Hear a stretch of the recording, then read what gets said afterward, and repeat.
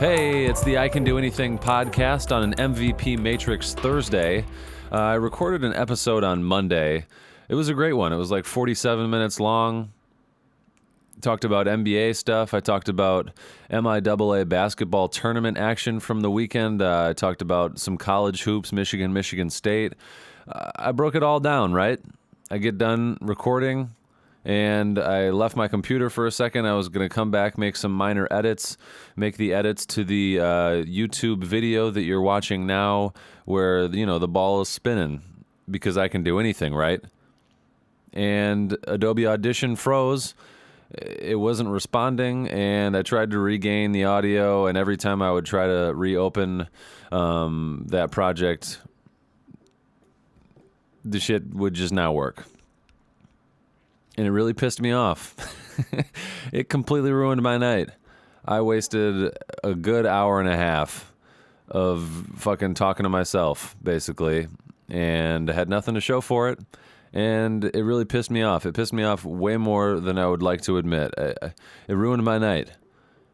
So I'm going to talk about all of it again. It's been a week since, it's been a week of NBA action since the All-Star break ended. Last Thursday, there were two TNT games, the Milwaukee Bucks against the Boston Celtics. The Bucks won that game 98-97.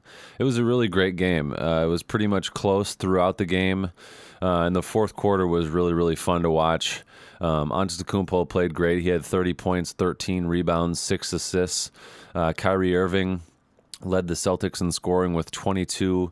Didn't shoot the ball very well, 33.3% from the field, but was 4 of 8 from 3, which is good. 5 assists and no turnovers is great. Well, it's not great, but no turnovers is great. Tatum shot well from the field, but only had 17, 1 of 2 from 3, did grab 10 rebounds. Marcus Morris was a little underwhelming for his, what is Marcus Morris average? He had 11 points on around 32% shooting. Marcus Morris averages 14.4 points per game this season. Antetokounmpo was really great, though. He led them down the stretch. It's been a week, so I don't even fucking remember. I don't even remember what happened at the end of that game, but he shot 57.9% from the field, which is right about his average. I believe he averages like 58.1 from the field on the season. Was 1 of 2 from 3. Like I said, 13 rebounds, 6 assists, 4 turnovers, but was negative 10 in plus minus. They actually had 3 of their 5 starters and negative and plus minus, but 4 guys off the bench that were positive. Ilyasova came in and had 9 off the bench. Mirotic, I believe in his debut for the Bucks, I think it was. I'm pretty sure it was his debut for the Bucks. Had 8 points off the bench on 42.9% shooting. Since then, the Bucks got blown out by the Raptors. I believe that was Tuesday night. And there's been it seems to be there's a little bit of turmoil in the Celtics locker room. And then the other TNT game was the Lakers and the Rockets. A big step forward for the Rockets. For the Lakers, to gain a little momentum and a full game against the Rockets, who are ahead of them in the Western Conference standings. LeBron had 29 and 11. Ingram had 27 and 13. James Harden had 30. I think he had 30 exactly. Yeah, he had 30 exactly to extend the streak. The streak actually earlier, middle of this week, I think Tuesday or Wednesday, came to an end. He finished with 28 points. So that streak for Harden is over, and he's now missed a couple games back-to-back. I think back-to-back games, but he's missed a couple games. I kind of estimate that he may continue to... there's not much left in the regular season. But depending on where they're seated, I could see him just needing to miss games just because of the wear and tear he put on his body during that streak. And I think it probably helped them. I mean, they're in fifth in the West, I believe, and that his streak propelled them into that spot in the standings. But I don't know. I'm probably too hard on James Harden. So the Lakers won that game. That was a big one. They came back from down 19. LeBron played really well down the stretch. I'm pretty critical of Ingram, but he had 27 on 41 or 47.1% shooting. Was 0 of 3 from 3, but had 13 rebounds, 1 assist, 3 turnovers. He's really playing. I mean, they've got him listed at point. Reggie Bullock, who made his LA debut at the Staples Center for the Lakers against the Rockets last week. And then they got JaVale McGee at the center, LeBron at small forward, and Kuzma at power forward. I think LeBron's probably more of the power forward, and Kuzma's probably more of a small forward. It doesn't really matter because LeBron really kind of runs the offense, whether or not he's handling the ball at the top like a point guard usually would. But the Lakers were pretty good all around. It's interesting that they're mixing up the starting lineup a little bit. JaVale McGee starts, but only played 19 minutes. Tyson Chandler only played 5 minutes off the bench. Josh Hart played 18 minutes, but only had 4 points in 18 minutes. Was 2 of 3 from the field, 0 of 1 from 3. But then the Lakers later on in the week lost to the Pelicans without Anthony Davis, and then lost to the Grizzlies. And I don't know. I mean, you just can't lose games like that to teams that are below you in the standings at this point. And you know, they've lost ground in the Western Conference standings. They're now 3 games back out of the playoff race. You know, I still believe that they'll be in the playoffs. Unfortunately, though, they'll probably be in if they make the playoffs. They may be an 8 seed, and they'll probably lose in the first round to the Warriors. And by probably, they'll definitely lose to the first round in the Warriors against the Warriors if that were to be the matchup. I still kind of tend to believe that they'll gain more ground than that. I think that they'll maybe be a 6 seed. I think last week I said that they'd end up being a 5 or a 6 seed, and now it seems like maybe a 6 or a 7 is a little more realistic, and that could even be a kind of a stretch. I seem to be, just based off of the broadcast last night, where they played the Pelicans and won that game in a game where Anthony Davis. I mean, they really didn't look very good throughout the game even. And Anthony Davis only played 21 minutes and didn't even really play in the fourth quarter. I don't understand how Anthony Davis can just sit on the bench in a game like that where he's fine, he's not hurt, and just watch. Like how can you, as a basketball player, as a guy that grew up loving to play the game of basketball, how can you just sit on the bench and watch, especially against the Lakers and LeBron James? How can you not want to compete? How can you not want to play in that game in the fourth quarter when it was close? It was close the entire game. It was close the entire fourth quarter, and I just don't understand how he can sit there. And it sounds like it's a minutes restriction put on by like him and his agent. Like they're telling the coach that, hey, I'm only playing 20 minutes, and I'm probably not playing in the fourth. It's weird. The Van Gundy brothers on the call last night on TNT, or was it TNT? I think it was ESPN. Yeah, they're ESPN. They're ESPN guys. They just kept saying how unique of a situation this is, and it really is. I don't know. It's weird. I just don't understand how he could just sit there and be like, "Yeah, I'm not going to play." I would be.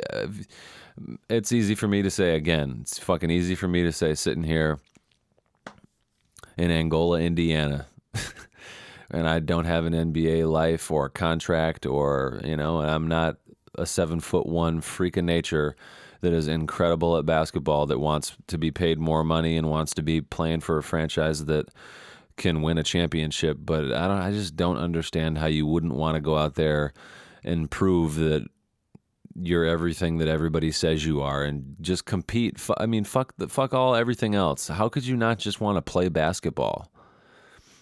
My elbow is really fucked, and I'll probably never play a basketball game ever again in my life. I'd give anything to be Anthony Davis. I'd give fucking anything to be Anthony Davis. That would be awesome. This episode of the I Can Do Anything podcast is brought to you by Fluorescent Things. What an opportunity my listeners have today. Thanks to our listeners for supporting the I Can Do Anything podcast. Listen, everyone needs a little bit of light in their life, and in my professional career as a videographer, I could always use a fluorescent light or two. Fluorescent Things is my go-to online store for all things fluorescent. Whether it's your standard overhead light, photo or video lighting, commercial lighting for you biologists providing the sole source of food generation for all living organisms on the earth, or something simple for your home, maybe for a reading nook, work desk, or even a construction site, with various fixture types, sizes, bulb shapes, even a repair department, Fluorescent Things will fill your life with light. They even have some really random, obscure things like hats with fluorescent lights, fluorescent lighting for your bike tires, and much more for all you hipsters out there who like to just be weird and different. For those of you who like to make a statement, Fluorescent Things is the largest fluorescent sales company in the world, and our listeners can get a 25% discount if you use the promo code THINGS at checkout. That's promo code THINGS at the time of purchase for your 25% off. Thanks again for listening to the I Can Do Anything podcast. Okay, now let's get into another game that was a really good one. I believe it was last Friday, February 22nd. I was tied up pretty much working the entire day at the MIAA tournament. I'll talk a little bit about the MIAA tournament. I know that nobody other than like me and pretty much me would give a fuck or follow it. But I was there, and it was a pretty exciting tournament. So I will talk about that a little bit later on. But the Jazz and the Thunder played in a double overtime game on Friday night. The final score was 148-147. Thunder. Paul George and Russell Westbrook both had 45 and 43 points. Paul George shot 54.8% from the field. Westbrook 51.7% from the field. Paul George grabbed 9 rebounds. Wessel Westbrook grabbed 15 rebounds and 8 assists. Paul George had 7 assists. They got double figures in scoring from all of their starters. And then the Jazz, who have worked their way up into the playoffs, I want to say they're the 6th seed right now. I'm pretty sure they're the 6th seed. Derek Favors had 24 points, Ingles 15, Gobert 26, Donovan Mitchell 38, Ricky Rubio 14, Jay Crowder had 20 off the bench. That's a team that whenever I do the MVP matrix, I think about, I go through the standings first. Just to see who's in playoff contention that should be in consideration for the MVP matrix. And this is a team that's currently in the playoffs, and they've got star players. Donovan Mitchell is a budding star in this league. Rudy Gobert is, I wouldn't consider him a star, but he scored 26, shot 75% from the field. Had 3 blocks. He's a defensive star, 17 rebounds. Derek Favors has been a really consistent power forward in the NBA for probably 10 years now. And they're winning basketball games, but they don't have like a quote-unquote star. The Pacers, too. The Pacers are in 3rd in the East, and they've got C.J. Matthews, who's playing really well for them. They got a couple other guys whose names, Miles Turner, but no real star. Oladipo is their star, and he's out hurt right now, and they're still playing really well, and the East is good. The East is more competitive right now than the West is. The West early on in the season was ultra competitive, but the East is great, and the Pacers are playing really well, and these are teams that those two, I guess, stick out to me as teams that don't really have that are playing well, but don't really have necessarily an MVP guy on their team. But Donovan Mitchell certainly within the next 5 years is going to be a really good point guard in this league. He already is, but he'll be a star, like a bona fide star, more than likely. within the next 5 years or so. It'll be interesting to see how his career progresses. I know that there's been people on television and on radio. Colin Cowherd has been really critical of Donovan Mitchell's progression, maybe as a shooter. He was 4 of 10 against the Thunder in that game from three, 14 of 35, 40% from three and from the field in that game, which is great. 40. If a guy shot 40 and 40, I mean, on a season, that's fantastic. Now, obviously, that's just one game. But let's see. Let's talk a little college basketball. Michigan State was on Sunday, and I was prepared for Michigan State to lose. Early on in the season, Michigan came out really, really hot. They were undefeated for a while. Michigan State, at the beginning of this season, I was worried about their recruiting class. I was worried about this season in general, and this season has turned out to be great. I mean, the Michigan State game was close the entire game. Michigan State, let me pull up the box score from that one real quick.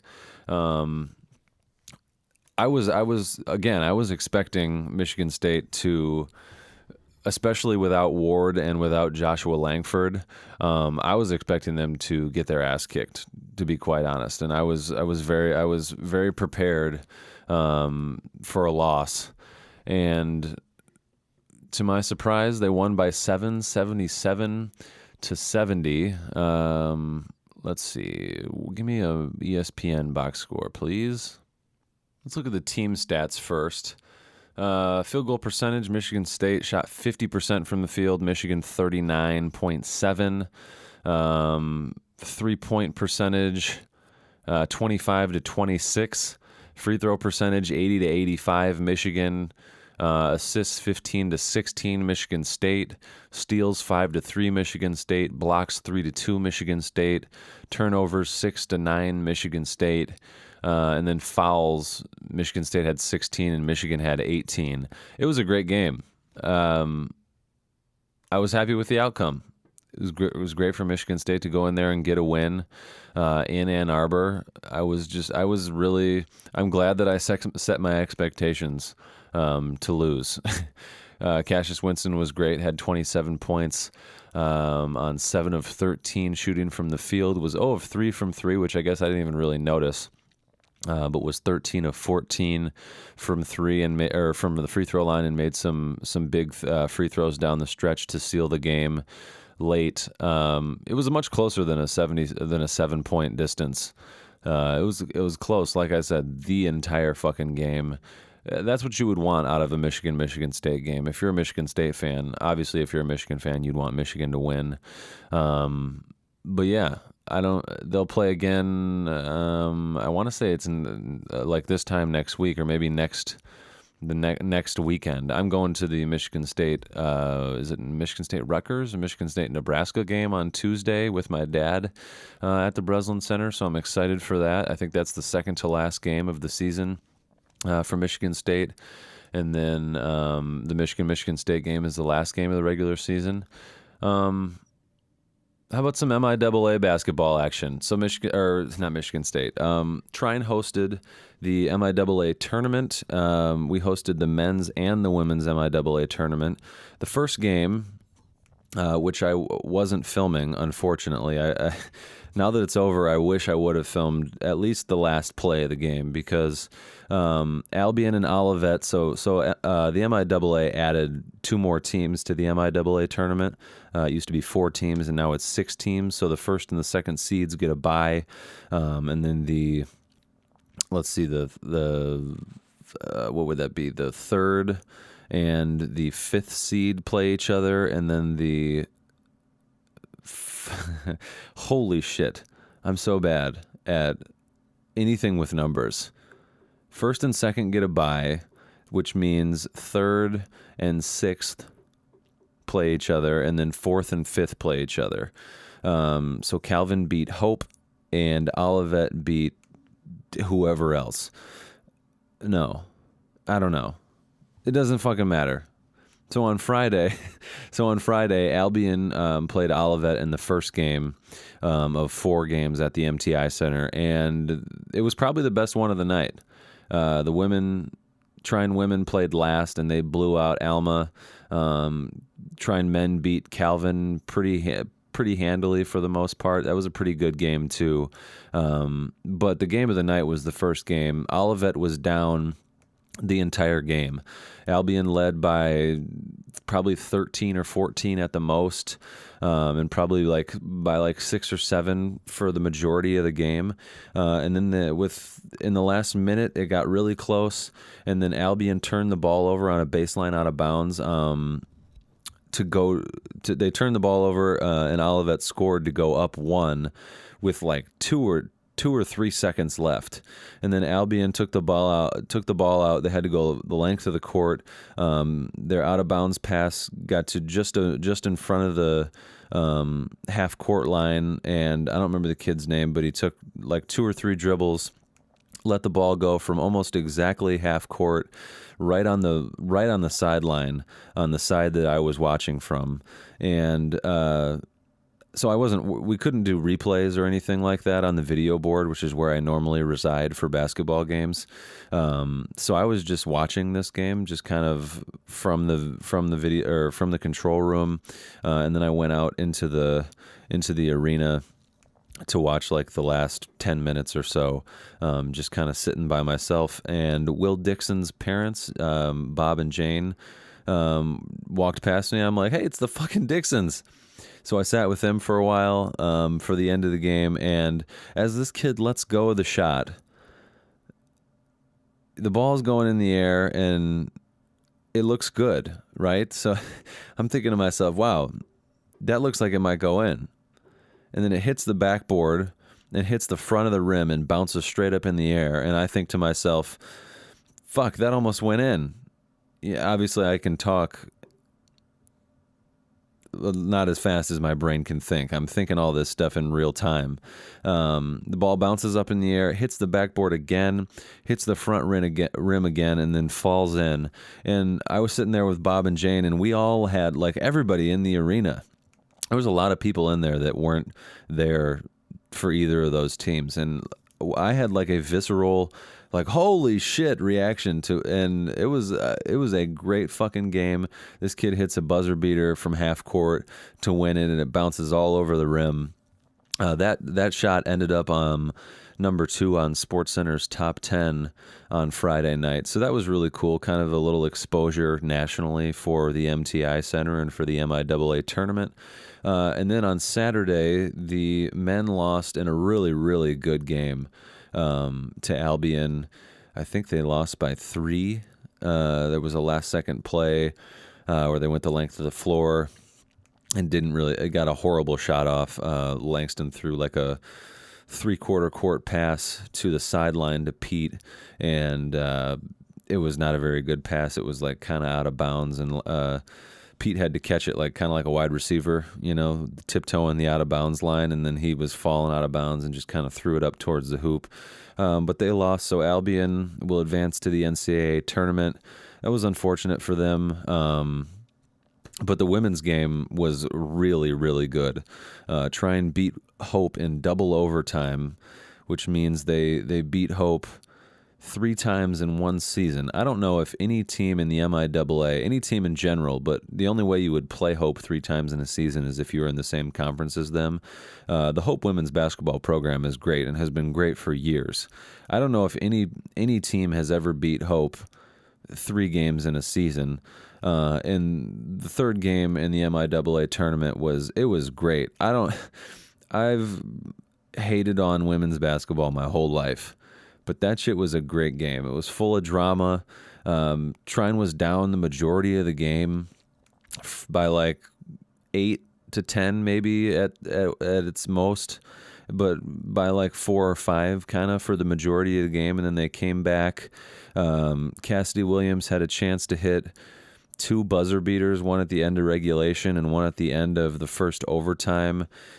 Somewhere in one of the overtimes, Trine's best player and preseason All-American Brandy Dawson, who is now the 3-time MIAA MVP rolled her ankle on the side or on the baseline, and it just kind of added to the drama. She just went to the she just went and got taped and came back into the game. She ended up fouling out on a foul that probably wasn't a foul. That kind of added to the drama as well, but it just an all-around great game. Montana Martin hit a couple big layups, one down the stretch where she got fouled and made it, and then made the free throw to distance Trine a little bit. I think they ended up winning by like 5 or 6, but it was just a great game. They should have won it in single overtime. Shea Herbert missed 4 free throws in a row. She took 2 trips to the free throw line and missed all 4. And that would have sealed the game. Then I think Hope came down and hit a 3, and then we didn't score on a possession, and then they got fouled on the other end and made one of the free throws to tie it, and then it took it to a double overtime. But it was a great tournament weekend at Trine University. That's the first time, obviously, since the MTI Center was built last year that we've hosted the MIAA tournament. I think it's the first time the women have ever hosted. No, the women hosted the MIAA tournament 2 years ago when they won it. But I think it was the first time the men. No, because they did that my senior year at Hershey Hall. Anyways, I think it was a really good MIAA tournament weekend in general for the Trine University Thunder basketball programs, although the men's program didn't win. Just a good experience, I think. And, they're MIAA regular season champions. So they got that. They're making progress, to say the least. I think that's about all that I got for the MIAA tournament action.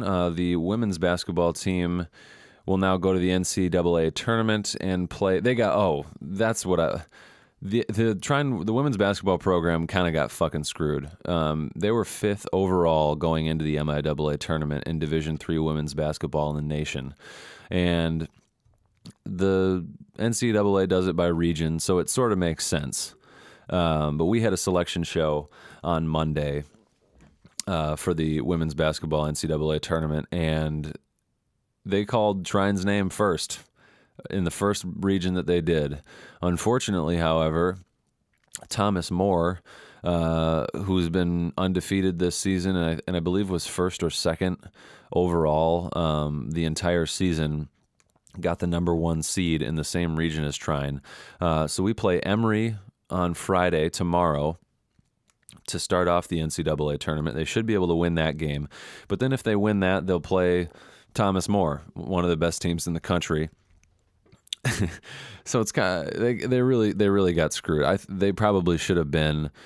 Again, they were a 5 seed going into the MIAA tournament, and they beat Hope for the 3rd time in a season.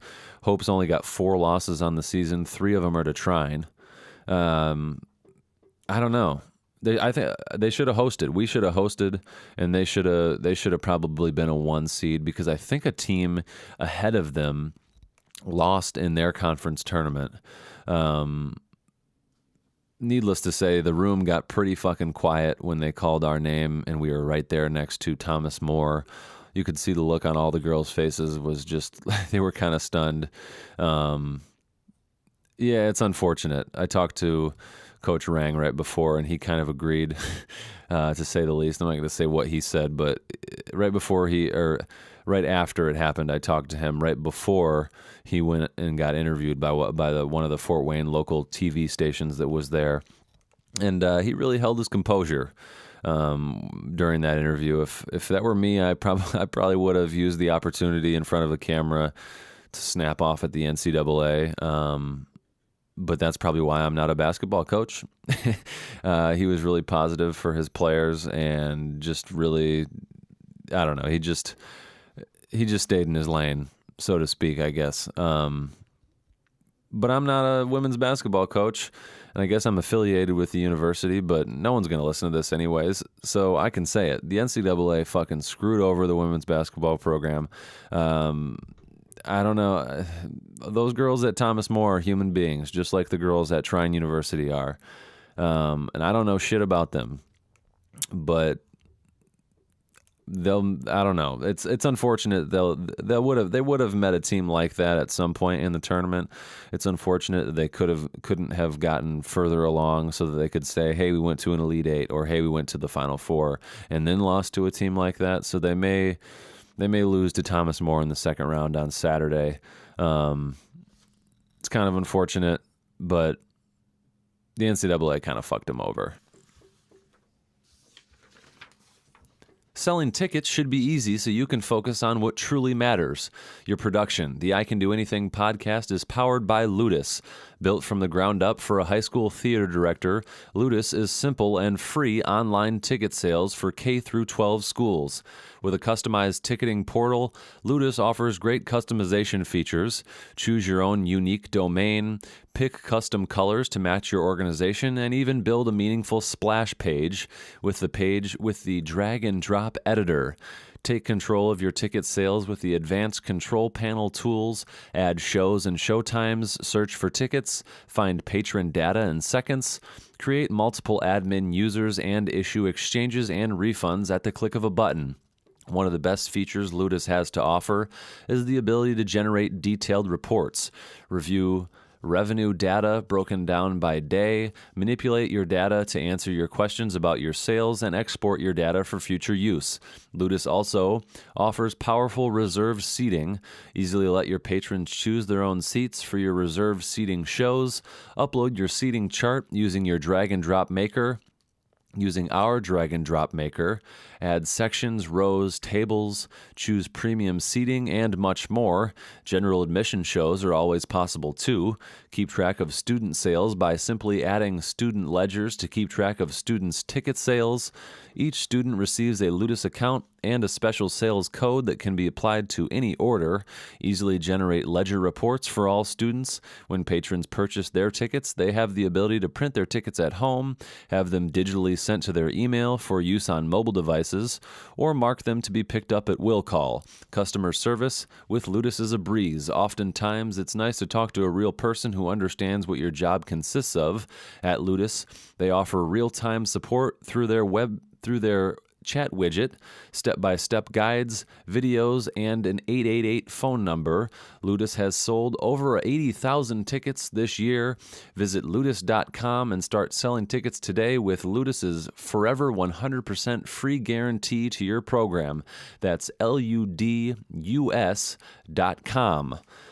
Okay, I think now it is time for the Thursday MVP Matrix.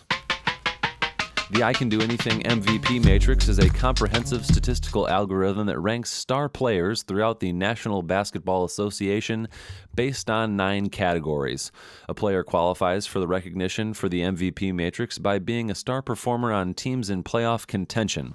Think of the MVP matrix like you would golf. In golf, there are 9 holes, and in the MVP matrix, there are 9 categories. In golf, the player with the lowest score wins, and in the MVP matrix, after adding up the rankings for all 9 categories, the player with the lowest score is the MVP for that week. The basis being that the MVP award should be given to the player who gives their team the most value and not to the best performer in points per game or the best performer on one side of the ball or even in a few categories, but in all the important categories combined. Unless, of course, we're going to change the name of the award to the Most Outstanding Player Award or the Most Amazing Performer Award or maybe the Most Amazing Scorer Award or something like that. The 9 statistical categories that make up the matrix are, in my opinion, the statistical categories that indicate the best overall player in the league. The 9 categories are points per game, assists per game, steals per game, blocks per game, rebounds per game, plus minus, 3-point percentage, field goal percentage, and win percentage. Players are ranked against each other in each category, and the player with the highest points per game is ranked first, and the player with the lowest is ranked last in each category, and that type of ranking system is done for each category. At the end, each player is given a score, again similar to the way golf scoring is done. The player who ranks first in points per game receives 1 point for that category, and the player ranked last in points per game is given the highest number of points possible, depending on how many players qualify for the matrix matrix that week. This week there are 16 players in the matrix, so the highest number of points possible would be 16 this week. Each player's overall MVP matrix ranking is accumulated by adding up their point totals from each category based on how they ranked in each category, and the player with the lowest overall score ranks the highest, and the player with the highest overall score ranks the lowest in the overall scoring for that week. To help give you an idea of how each player's scores are accumulated, just in case you didn't follow all that, let's say James Harden finishes first in points per game, then he receives 1 point. Steph Curry finishes second, Durant and Leonard tie for third, Paul George fourth, LeBron and Embiid tie for sixth, and Lillard and Giannis Antetokounmpo tie for sixth. That means Antetokounmpo receives 8 points for that category because there's 7 players ahead of him. So 8 points for points per game, and then he gets 10 points for assists per game, 6 points for steals per game, 2 points for blocks per game, 2 points for rebounds per game, 3 points for plus minus, 4 points for 3-point percentage, 2 points for field goal percentage, and 1 point for win percentage. So he finishes with 48 total points after adding all of those up. So this week for the MVP matrix, drum roll, please. Where's the drum roll? Antetokounmpo finishes with 44 total points, ranking first in this week's standings. Kevin Durant finishes finishes second with 58 points. Steph Curry finishes third with 60. What? Kevin Durant finishes second with 58. Did I say that? Steph Curry finishes third with 65 points. Paul George finishes fourth with 66 points. LeBron James finishes fifth with 67 points. And Nikola Jokic rounds out the top 6 with 68 points. I got these spreadsheets that I got are really fucking tiny, and it's hard to read, that 68 versus a 66. They kind of look the same. And then James Harden is 7th. Now, it's just a top 6 for the MVP matrix, but I felt the need to throw James Harden's ranking in there. So there was a little bit of a mix-up, just a little bit. Let me pull up last week's MVP matrix.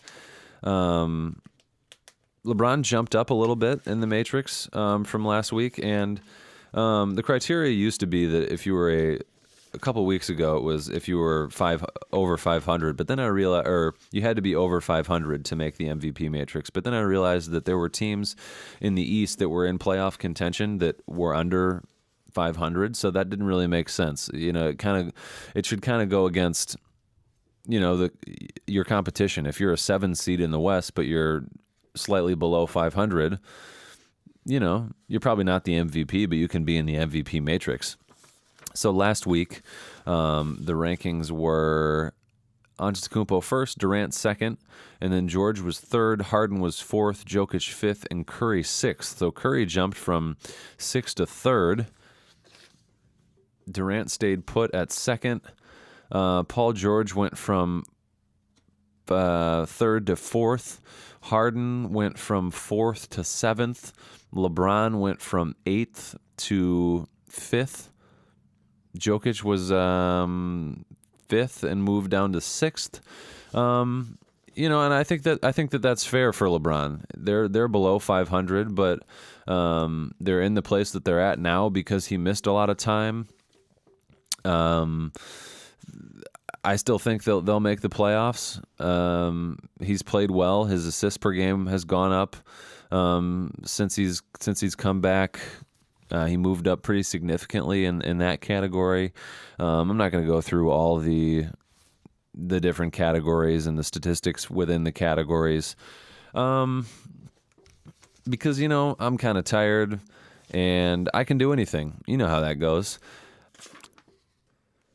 We all buy shoes, some of us more than others, but regardless of how much the shoes you purchase cost or how often you purchase them, it's nice to know ahead of time if you're getting what you paid for. Sneaker Retort is the leading discussion board in the world for reviewing sneakers and is used by sneakerheads from Bangladesh to Machu Picchu.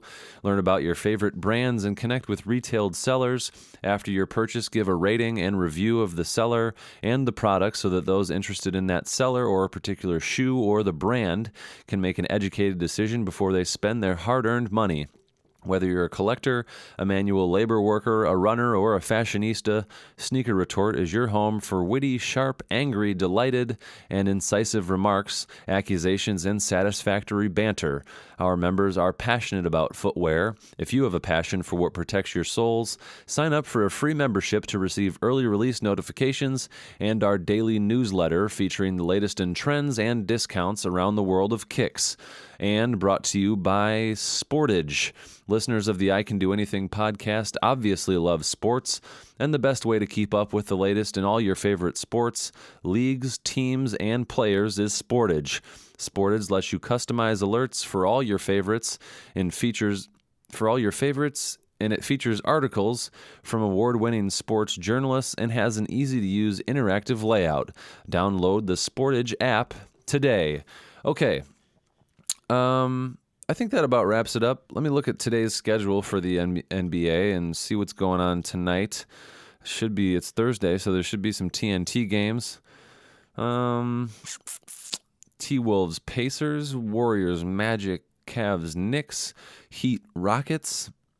Sixers, Thunder is the first TNT game. However, it looks like Embiid and Paul George will both be out. That certainly takes away from the fun, although both of those players still have some excitement in the lineup. Westbrook's fun to watch, and then the 76ers still have their three other stars. Jazz Nuggets is the second game at 10:30. That'll be a great one. I'll probably do some talking about those games, hopefully tomorrow. Hopefully I'll be back tomorrow. Hey, thanks for listening. Have a great fucking night. You can do anything, and so can I. I'm about to go do whatever the fuck I want to do. I'm just gonna make dinner. That's pretty much it, and then watch basketball. You know.